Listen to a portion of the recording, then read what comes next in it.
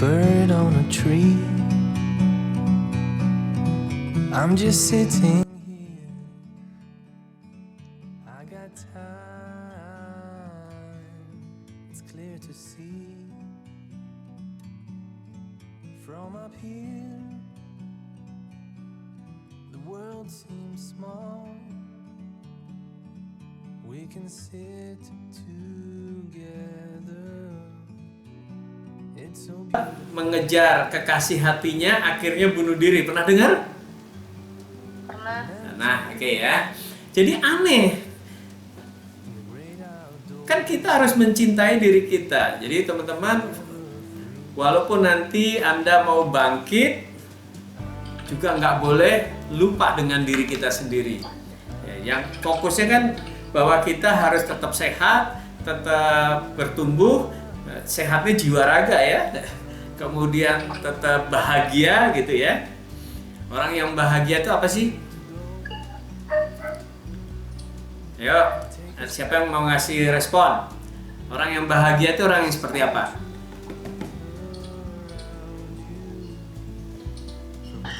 Ya, saya stop dulu ya. Orang yang bahagia itu orang yang bersyukur, mampu bersyukur, terlepas dari tekanan. Oke. Ada 3 nih paling tidak ya. Orang yang bahagia tuh ada 3 nih. Jadi teman-teman nanti tidak nyasar ya. Jadi ingat, kalau mau bangkit cintailah diri Anda sendiri ya. Jangan lupa mencintai diri sendiri karena sebenarnya Anda bangkit itu untuk Anda. Bahagia, tenang menghadapi masalah, terpenuhi segala permintaan. Ya hampir benar ya, oke. Seimbang, stabil, oke, good. Pantang menyerah. Oke ya. Ya, stop. Ini bagus. Ya teman-teman, paling tidak ada 3 syarat bahagia ya. Yang pertama, kita berada di jalan yang benar. Ya. Kita berada di jalan yang benar. Jadi walaupun uangnya banyak, jualan narkoba, hatinya nggak tenang, pasti tidak bahagia. Walaupun uangnya banyak, tapi hasil dari korupsi pasti tidak bahagia. Itu yang pertama, jalannya benar. Yang kedua, orang bahagia itu kalau dicintai. Oke? Apa teman-teman? Responnya mana? Dicintai. Jadi kalau orang bermanfaat buat orang banyak, itu akan bahagia. Anda mempunyai produk yang disenangi oleh customer senang dengan Anda pun jadi bahagia. Anda punya usaha, ternyata karyawan Anda mendapatkan hidup dari usaha Anda, dia mencintai Anda akan bahagia. Jadi suatu saat Anda akan menemukan kondisi Anda tidak gajian, karyawanmu gajian, Anda bahagia.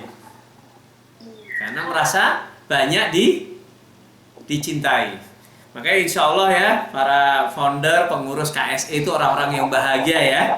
Karena kita mencintai beliau, betul ya? Itu jadi sumber kebahagiaan yang luar biasa. 1, di jalan yang benar. 2, dicintai ya. Orang merasa dicintai itu bahagia. Jadi kalau Anda pengen membahagiakan pasangan Anda, cintailah dia. Ingin membahagiakan ibu, cintailah ibu. Dia akan merasa dicintai, itu akan bahagia. Anda akan membahagiakan karyawan, maka juga cintailah karyawan. Yang ketiga, syaratnya itu kecukupan materi. Udah gitu aja deh. Jadi kalau nanti Anda kejar kebahagiaan, 1, di jalan yang benar. 2, tebarkanlah manfaat supaya orang mencintai Anda. Yang ketiga, cukup materi ya. Jadi cara mencintai diri Anda adalah jangan pernah ambil cara dan jalan yang salah ya. 2, jangan ambil jalan membuat orang tidak suka dengan Anda. Ini cara bangkit nih. Ya. Yang ketiga, ya tetap Anda akan kejar materi ya. Oke, saya balik lagi ke ke saya share screen ya. Share screen. Oke. Iya, pasti Wak. Oke. Jadi yang ke berikutnya bangun harapan. Ya, oke teman-teman. Apa teman-teman? Bangun harapan. Good, ya. Cara bangkit itu adalah kita pinter membangun harapan. Kata lainnya optimis ya. Tadi teman-teman udah tulis tuh optimis. Bagaimana caranya optimis? Silakan tulis di chat. Ya. Bagaimana cara supaya kita tetap bisa optimis dalam kondisi apapun? Ya. Percaya diri, pantang menyerah, sabar, ikhlas. Apa lagi? Membuat rencana, percaya diri. Oke, good. Oke. Always positive. Oke, pikir positive thinking. Oke, good. Ya, cukup.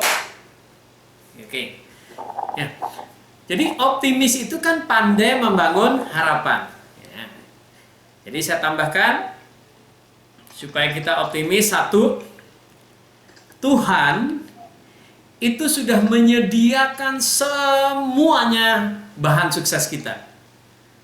Kita belum mikir bikin ban mobil, Tuhan Allah sudah sediakan pohon karet, betul nggak? Belum mikir bikin kalung dan anting-anting, Allah sudah sediakan emas dan permata. Belum mikir mau makan, sudah disediakan padi, singkong, pepaya, kelapa. Wah, masakannya jadi kurang enak. Ada jahe, lengkuas. Wah, kalau bikin sop kurang enak, disediakan seledri, bawang. Betul ya? Ah, bosan makan daging, ada ikan. Ah, bosan ikan. Ikan ada nila, ada gurame, ada salmon. Nah, artinya teman-teman, dunia ini cukup buat seluruh penduduk yang hidup di atas bumi. Setuju? Setuju? Dunia seisinya ini cukup buat hidup kita sampai anak cucu. Cukup. Nah, itu yang membuat kita optimis. Artinya, kehidupan kita ini akan baik-baik saja. Baik-baik saja. Semua sebab dicukupi. Tuhan yang mendesain kehidupan ini sudah sediakan. Saya mau tanya nih, satu butir padi itu kalau ditanam tumbuhnya jadi berapa butir?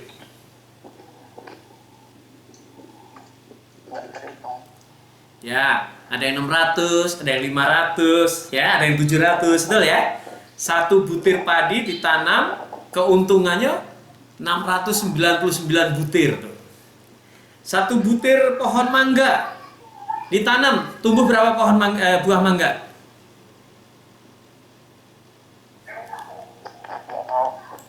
Berapa teman-teman?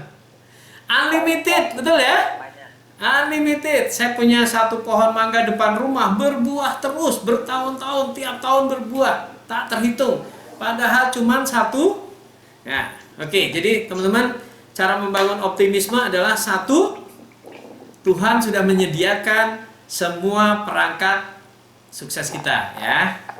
Yang kedua, ini suara yang mana? Tolong di unmute, M, ya. Yang kedua adalah masa depan tidak sama dengan masa lalu, ya. Masa depan tidak sama dengan masa lalu. Jadi teman-teman, kemarin Anda boleh bangkrut, tapi ke depan Anda bisa melejit, betul nggak? Kemarin Anda boleh gagal jualan, tapi setelah Anda ubah tekniknya menjadi online, malah unlimited. Yang biasa jualan di kampus malah bisa secara nasional. Yang biasa jualan kopinya cuma di daerah Banda Aceh, bisa jualan sampai Papua, ya.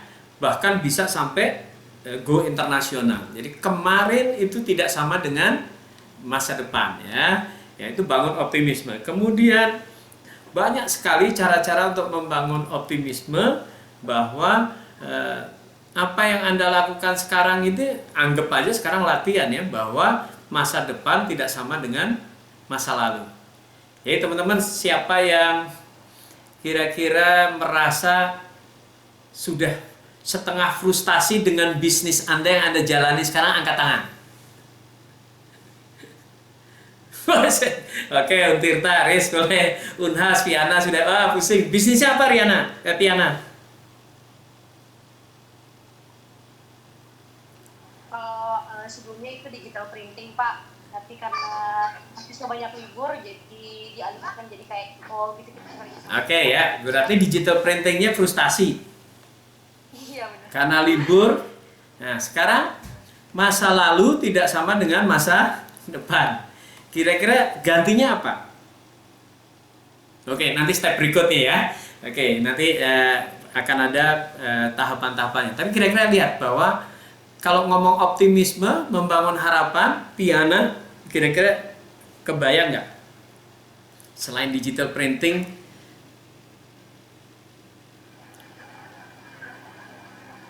di masa pandemi gitu, kamu digital printing itu punya alatnya ya? Iya Pak, alhamdulillah ada. Ada printer untuk ngeprint digitalnya gitu ya? Bisa cari order online?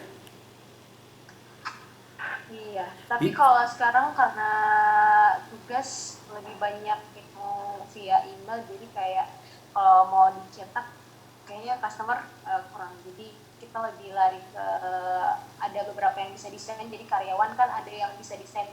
Jadi sebagian karyawan lari, bukan lari sih kayak Desain ya? Oke. Dia kita kayak bentuk kalau misalnya ada webinar, buku kayak kita kayak semacam penyesuaian IO kayak gitu Pak. Oke, ya. Piana menjadi master di dunia Zoom, jadi moderator, pintar membuat energizer, buka akun yang 500.000, kemudian memfasilitasi banyak pembicara-pembicara, guru-guru, dosen-dosen yang mau ngadakan webinar. Dapat charge-nya, betul ya? Oke, artinya ada ya peluang berikut. Itu contoh aja. Oke, baik teman-teman. Jadi, yang tidak boleh hilang dari kita adalah apa? Harapan ya. Jadi kita membangun harapan. Setelah itu teman-teman, bagi yang sudah macet, yang setengah frustasi, saya mau tanya, kalau komputer Anda macet, apa yang Anda lakukan? Restart. Oke. Apalagi? Ya booting ya, warm booting maupun cool booting. Power off boleh ya.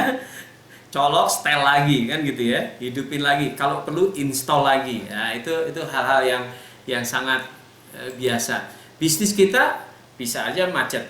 Sekarang teman-teman, belum tentu yang Anda lakukan sekarang ini yang benar-benar pas dengan Anda. Betul ya? Belum 100% pas. Ternyata ada beloknya. Anda tahu Astra itu dulu awalnya Pak William jualan apa? Jualan limun, teman-teman ya. Minuman di botol, limun. Ya kan? Limun, tapi tiba-tiba menjadi sekarang lebih ke dunia otomotif. Betul ya? Pak Bob Sadino sebelum punya Kemcik, minimarket, Cycle Key ya. Nah, dulu jualan apa? Sayuran. Telur ya. Telur dulu, pertama telur. Tukang telur tuh Pak Bob itu. Tukang telur. Tapi apakah pindahnya itu ya mungkin karena bisa aja karena badai goncangan bisnisnya ya. Jadi teman-teman, bisa jadi justru sekarang ini menjadi titik balik yang luar biasa dalam bisnis Anda. Bisa berubah bisnisnya, bisa berubah bisnis prosesnya, bisa berubah total gitu, cara berbisnisnya, jenisnya, produknya bisa berubah. Jadi Anda nanti analisa lagi kondisi mengenai bisnis Anda. Kalau Uis, bisnisnya apa Uis? Uis dari IPB, Uis Aprianti. Apa? Kaget malah dimatiin.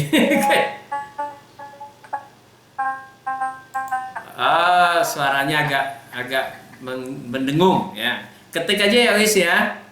Ketik di chat. Aku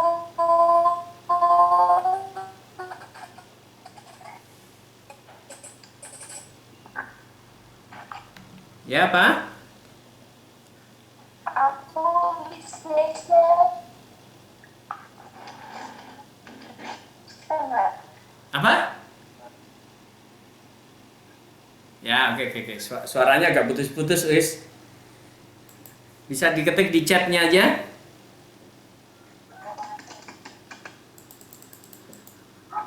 Oke, ya kita lewatin saja.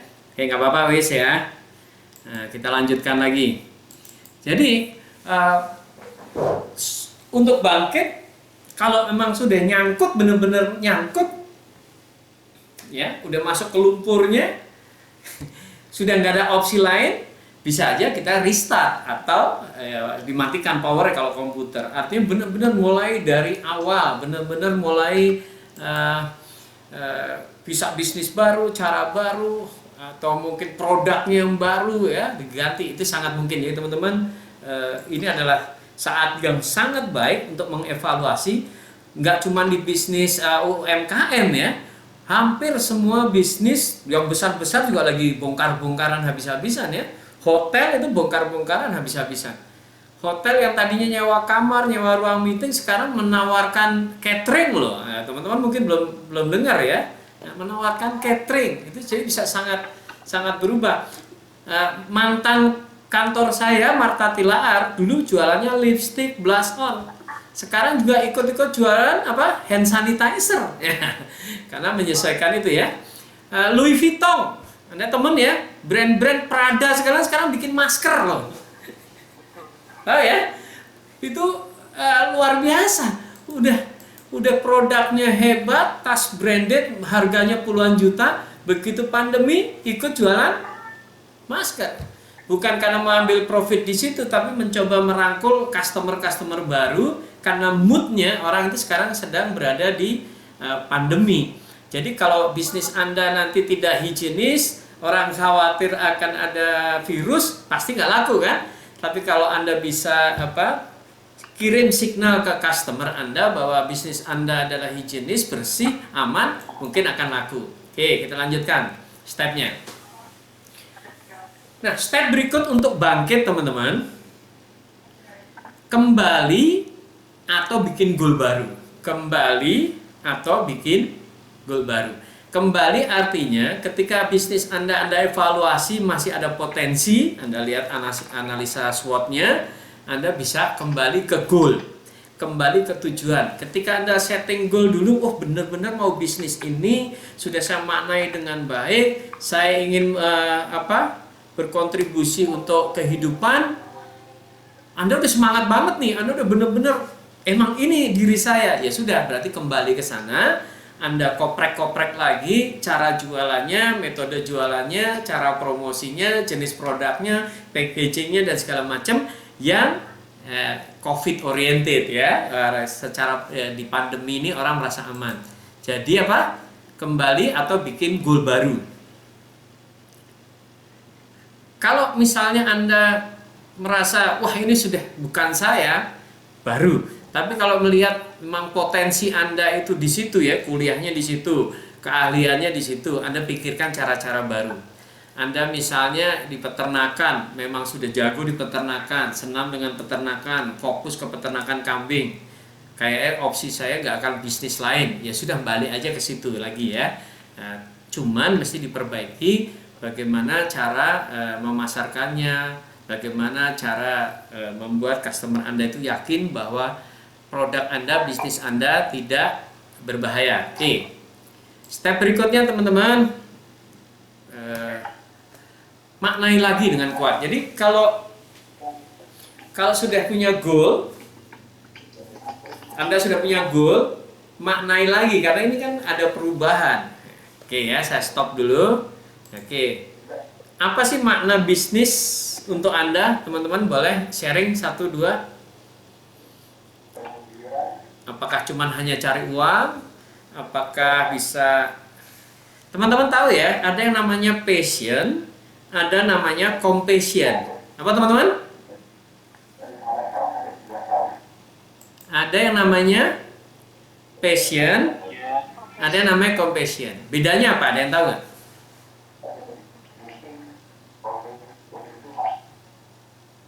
Ya. Izin protes, izin so. Kalau menurut saya, passion itu sesuatu berupa minat atau bakat, sedangkan compassion adalah sesuatu yang melengkapi atau mendampingi itu. Kira-kira. Oke ya. Passion itu ya boleh lah. Passion itu sebenarnya kan yang membedakan. Sebenarnya itu kan gairah gitu ya. Semangat, gairah, kecintaan di situ. Passion itu lebih ke internal, lebih ke diri kita. Saya punya passion di misalnya mode, fashionnya di fashion gitu ya. Itu ke diri Anda. Tapi kalau sudah compassion lebih ke eksternal. Saya punya passion di dunia sampah. Compassion saya pengen Indonesia lebih bersih. Ngerti ya? Saya punya passion di dunia makanan keripik. Compassion saya membantu masyarakat kecil yang punya pisang tidak bisa dipasarkan gitu. Jadi lebih ke internal. Nah, ketika Anda maknai bisnis Anda lebih kuat lagi, misalnya tadi siapa yang jawab ya? Mas siapa tadi, Mas? Farhan. Mas Farhan, ya, oke ya. Bisnisnya apa, Mas Farhan? Iya Pak. Bisnisnya apa? Sebelumnya bisnis saya itu namanya Cari Kori Pak. Jadi startup untuk menghubungkan orang-orang yang punya bakat kori-kori seni islami lainnya Oke. untuk dihubungkan dengan orang-orang yang membutuhkan jasa mereka gitu kira-kira. Oke. Kayak training atau apa itu? Jadi ibaratkan kalau komunitas, kalau lembaga pendidikan itu dapurnya, nah kita ini restorannya. Oke. Menghubungkan gitu. Misalnya saya pinter ngaji, berarti Mas menghubungkan guru ngaji dengan orang yang mau belajar ngaji gitu ya? Iya, tapi lebih spesifik lagi, kalau misalnya pelatih ingin menikah, nah kita bisa cari orang yang bukan pelatih ingin menikah, tapi pelatih ingin Iya sudah, saya udah nikah, nggak pengen lagi. apa gitu. Nah, kita bisa bantu untuk dicarikan kodinya, terus mengisi acara yang seni islami gitu kira-kira. Jangan saya pengen menikah dong, pengen menikahkan anak saya gitu ya. Ya, gitu maksudnya, mohon maaf. Oke, good. Berarti sebenarnya bisnis Mas siapa tadi? Mas nggak terganggu dong dengan COVID ini? Agak sedikit terganggu ya. Kalau pernikahan kan sekarang pernikahan hemat ya. Oh, Pernikahan hemat. Ya oke. Berarti ya berarti. di sisi lain kan nggak cuma kori untuk pernikahan ya. Bisa untuk belajar bahasa Arab. Nah nanti dikembangkan saja. Oke, good. Artinya kalau saya tanya, apa meaning, apa makna bisnis itu buat Mas?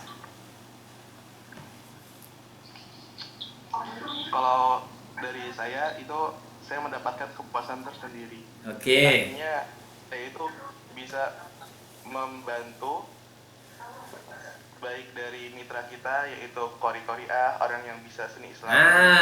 Itu ya benar. Kalau saya dapat kepuasan sendiri mengelola bisnis tentang soal kori berarti passion. Tapi begitu sudah mulai membantu banyak orang, bermanfaat buat orang, itu kira-kira lebih ke compassionnya ya. Oke, clear ya. Nah, jadi tempeli bisnis teman-teman semuanya ya, bahwa Anda punya bisnis itu punya makna yang lebih kuat dari sekedar mencari uang. Pasti energi Anda jauh lebih besar dibanding kalau sekedar berbisnis hanya untuk mencari uang. Nah, kedaya tahan Anda terhadap goncangan juga akan jauh lebih dahsyat, lebih kokoh ketika Anda membangun bisnis tidak hanya untuk mencari uang, tapi ada passionnya, ada compassionnya, ada kemanfaatnya buat orang lain. Karena bisnis pada dasarnya apa teman-teman? manfaat. Bisnis itu memberi manfaat. Ketika Anda bisa memberi manfaat kepada klien, memberi value, bisnis Anda pasti jalan. Kalau bisnis Anda sudah tidak bermanfaat buat customer, pasti tidak akan jalan. Misalnya Anda buka bisnis jasa pengetikan komputer dengan mesin tik, laku nggak kira-kira? Nggak bakal laku ya? Nggak bakal laku karena tidak memberi manfaat. Oke ya. Nah, Anda bisnis wartel, laku nggak kira-kira? Tidak akan laku karena semua orang sudah punya handphone. Oke, clear ya? Jadi bisnis adalah memberi manfaat. Oke, kita lanjutkan. Nanti kita buka sesi tanya jawabnya. Jadi maknai lagi teman-teman, maknai lagi, kasih makna lebih kuat supaya energi Anda itu tiba-tiba jadi berlimpah. Ya, berlimpah. Kenapa Nelson Mandela kuat di tahanan sampai belasan tahun? Karena dia maknainya sangat kuat, ini perjuangannya. Kenapa Bunda Teresia udah nenek-nenek masih juga memelihara, mengobati orang-orang yang sakit kusta di Kalkuta? Karena artinya memaknai apa yang dia lakukan itu juga sangat kuat ya. Step berikutnya, oke, sip. Nah, tentukan langkah-langkahnya teman-teman. Jadi ketika orang itu bangkit, ya, orang itu terjatuh pengen bangkit gitu. Setelah tadi tahapan-tahapannya kan orang bangkit itu ada tujuannya tadi kan ya. Oh, saya mau bangun, mau lari lagi. Nah, tentukan langkah-langkahnya. Mau kemana nih? Anda sudah bangkit, nggak tahu arahnya kan? Jadi sekarang saatnya lagi ngatur lagi langkah-langkahnya apa? Dengan kondisi COVID, dengan kondisi karantina, bahkan nanti ketika sudah tidak karantina, kalau Anda setting bisnis Anda itu sudah sesuai dengan, kalau istilah saya TOMPI gitu ya, total online minimum physical interaction. Jadi lebih ramah dengan situasi sekarang, itu bisa kita teruskan. Ya contoh seperti ini ya, training kan kita harus ketemu. Ternyata dengan online bisa jalan. Jadi training dengan Zoom ini nggak usah berhenti. Suatu saat banyak perusahaan yang cabangnya seluruh Indonesia bisa jalan dengan sistem online kan gitu ya. Jadi teman-teman tentukan langkah-langkahnya. Secara teknis teman-teman sudah belajar ya. Ya kira-kira kalau di bisnis apa langkah-langkahnya. Oke, kemudian evaluasi secara berkala ya, evaluasi secara berkala. Oke, sampai sini kita ini dulu, kita diskusi dulu kalau teman-teman ada yang mau disampaikan supaya lebih kuat ya. Oke. Ya, moderator, ini ada yang di luar, tolong masukin. Mbak Dela, yang ingin bertanya, Mas Riko. silakan. Mas Riko jangan lupa monitoring waiting room ya. Ya Pak, ini ada yang keluar masuk karena Ya karena putus ya, makanya begitu keluar masukin lagi kasihan. Oke, coba teman-teman silahkan yang mau menguatkan, bertanya, boleh per case-nya, bebas saja.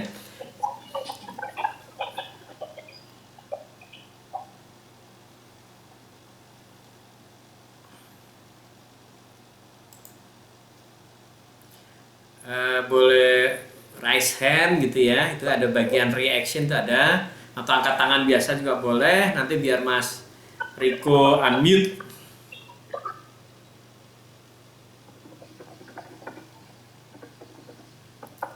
Jadi kalau kita lihat survei awal tadi memang kegelisahannya lumayan ya, ada yang pusing, ada yang nggak punya uang, ada yang frustasi, ada yang pening, ada yang optimis, ada yang paling banyak sih sabar tadi, paling tebel sabar, bagus. Oke, silakan teman-teman.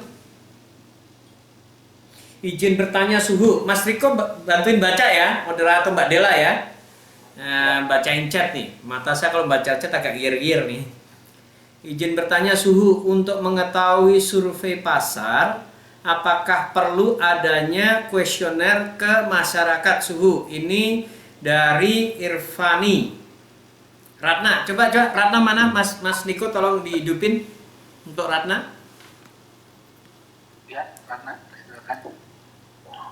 Baik, Su, terima kasih kesempatannya. Saya Ivani dari KSDUB, izin bertanya Su. Waktu itu sebelum terjadi COVID kan saya bisnis kayak minuman kekinian, tapi karena adanya COVID, jadi usahanya itu udah rugi banyak. Terus saya beralih lagi ke bisnis butik, tapi bisnis butik kan butuh modal banyak, terus penjahitnya yang emang berpengalaman suhu. Jadi apakah saya harus tanya ke masyarakat model-model baju yang mereka suka itu yang seperti apa, atau saya harus membuat kuesioner seperti itu? Oke, baik. Ratna ya memang sebenarnya riset pasar itu penting, sangat penting, bahkan utama. Saya ketika bekerja di Martha Tilaar akan membuat penyegar. Itu kan ada aroma kenanga, mawar, mangga. Kita nggak tahu nih orang tuh suka aroma apa. Ya saya bawa contoh, pergi ke ASMI ya, Akademi Sekretaris tuh ASMI. Ya satu persatu kita tanya mahasiswi itu mana yang lebih enak dari 3 ini. Dia centangin. Dan ternyata mawar punya nilai tinggi sehingga kita buat penyegar mawar, baru laku. Dan lakunya benar. Nggak boleh cuman pakai feeling, apalagi kalau Ratna masih pemula ya. Kalau pemula itu kan database di kepala kita belum banyak. Beda kalau misalnya Bu Martha Tilaar, Bu Moriati sudah bisnis kosmetik sudah lama. Walaupun kelihatannya nggak pakai data, feelingnya udah kuat karena data dalam kepalanya sebenarnya udah banyak. Nah, ada baiknya memang riset pasar, apalagi zaman sekarang itu sangat penting. Nah, riset itu kalau nanti Ratna marketnya nasional itu bagus juga riset melalui online gitu. Bahkan sekarang lebih gampang melalui online ya. Di Facebook aja Anda buka Facebook, Anda upload produknya, 4 ini yang paling bagus mana ya? Yang teman-teman suka mana ya? Oke ya. Nanti orang jawab tuh. Aku suka yang A, aku suka yang B, aku suka yang A, aku suka yang B, aku suka yang C, aku suka yang A, aku suka yang B, aku suka yang C, aku suka yang A, aku suka yang A. Nah, ternyata banyak yang suka A. Kalau modalnya terbatas, berarti kita bikin apa? A, B atau C?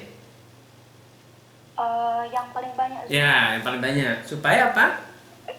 Modal kita tidak banyak mandek ya. Jadi ada survei. Nah, survei itu jangan salah. Jadi ingat stupa ya, waktu itu stupa apa? Stupa. Ya. Ada targeting, segmentasi, targeting, positioning ya. Saya singkat stupa aja. Jadi targetnya, segmennya, positioning kemana? Kalau Anda targetkan Ratna misalnya targetkan ke market mahasiswi, yang disurvei harus mahasiswi Ratna, karena itu mewakili target marketnya Ratna. Jadi kalau misalnya Anda minta pendapat ke ibu, cocok nggak? Boleh, tapi sebenarnya itu tidak mewakili target market. Kosmetik misalnya contoh Sari Ayu lebih ke dewasa, Belia lebih ke anak-anak. Kita mau jualan Belia,